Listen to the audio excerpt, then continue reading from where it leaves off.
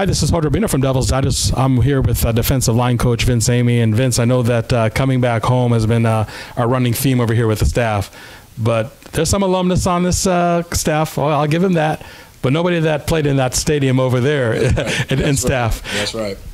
It's, it is a dream come true, it's a homecoming. And you're right, guys on the staff have coached here and went to school here.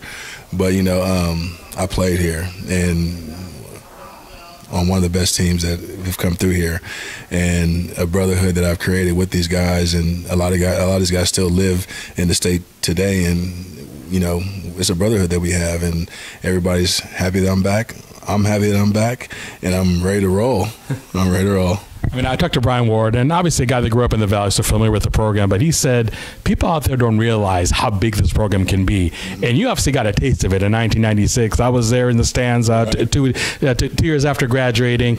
I was there in stadiums that, before they got reduced, 71,000 people. Yes. That game against USC where the quarterback has to not once but twice tell the ref, hey, I can't hear the signals. If I just get the signals, stop the game. But do you think you bring a lot of credibility because you were part of one of the greatest teams ever in Tempe? Yes, absolutely. So that's what I want to instill and preach to these guys now, and when I talk to some of the parents and these kids now, I don't have to sell you on the program. I'm telling you what it is, how it's going to be, and where it has been before, and we're going to get that back rolling again. I have no doubt in my mind that that's going to happen again. So I got to ask you, man, when you're down there in Tucson, was it easy to coach against ASU? Was it harder? I mean, just kind of walk me through that. I mean, I know Bobby Wade talked about this too. So you know what, and it's a true story, and I first put that shirt on, one of the shirts they gave me, my skin started itching. And I'm just like, oh, my goodness. But, they provided me with the opportunity, to prolong my career and give me the opportunity to, do what I love to do. So, I made some good relationships over there, but I was telling somebody the story the other day, like anytime we came back and played here at the stadium, it was very emotional for me. The fact that I had to be in a different color and knowing what the game meant, the Territorial Cup, it was very emotional. But at the same time, I like winning and I want success. So I'm rooting for my guys and I'm coaching my guys to win.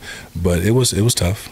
I know this transfer portal is like a good news, bad news, but I think one of the more interesting developments in the transfer portal that you and the staff will be able to bring back not one, but two defensive linemen out of the portal, Anthony Cooper and B.J. Green. I mean, looking back, how hard, was that process with everything that goes around the transfer portal? You got the accusations of tampering. I'm not saying necessarily them, but just in general. I mean, college football right now is just crazy when it comes to recruiting. How do you able to navigate through that? You have to breathe, take it all in. Don't let it, scramble your brain. Just really take your time. And like with BJ and Coop, just recruiting them and letting them know who we are, and which I totally understand and I totally get. We never want them to leave at all. It's not like, okay, be gone and, no, that wasn't the case. We want them guys to stay. And so, yeah, we have to recruit them back to get them to understand what's going on with our culture in this program. And I'm so happy them guys are back and ready to roll with us. So when you look at the Brian Ward defensive scheme, and I know your mind really has been more on recruiting than rather X's and O's, but from a defensive line perspective, I know sometimes they say, defensive linemen don't have to do that much. You just, stand over there, maybe stunt, every 5 downs or something. But what do you see this defensive line maybe different under Brian Ward than it was in years past? He wants us to make plays. He wants the D-line to get after it, sacks, tackle for losses, batted balls, the whole nine, and working on the edge, not necessarily taking on the big guy and sitting there and grunting. We want to run by these dudes, but we also got to put hands on them at times too, and we got to play with bad intentions, so his style of defense fits my mold of coaching.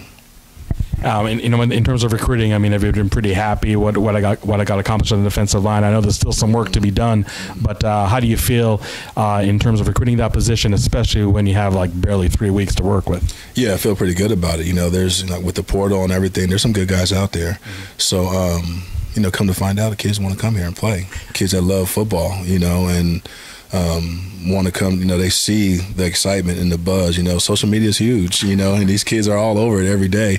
You know, and I'm adapting to that and accepting it, and now I'm on it. You know, I'm retweeting stuff when I can. I want to make sure I retweet the right stuff. You know what I'm saying? So gotta be careful about that. But because you know, I'm a guy full of life and joy, and I want to make sure I say the right things on there. I don't want people to take what I say, because I like to joke around a lot. So some people can take that serious. So I got to be careful what I tweet out. So I want to make sure I tweet out the right thing, the correct thing, and people understand who I am and who we are as a coaching staff. And last question, I know there'll be a lot of water flowing in that Tempe Town Lake until that season opener against Southern Utah kicks in, but have you thought about what your emotions are going to be now as part of an ASU coaching staff on the right sideline, you know, coaching your first ever game at Sun Devil Stadium? You know, I have thought about it, because I walk over there and walk back and forth, and I know his size, so I think about the D-line warm-up area, and, you know, I've visioned that, and my guys, my teammates yelling, "Big Vince, you get this boys right." It's, every time I walk out there, I think about that stuff, you know, and I cannot wait for that day. The first game, you know, we got 8 home games, so I'm happy about that. Like, we're gonna fill the stadium up, and we're gonna win some ball games. So it just hits different when you're not only an alumnus but a letterman. Yes, absolutely, it does hit different. So there's no pressure for me. I'm just happy to be here and ready to win, and because I truly believe that we will win and we're going to win. Yeah. Vincent, thank you very much. Happy holidays to you and your family. You too. And for Devil's Digest, Vince Amey, this is Hoder Vito.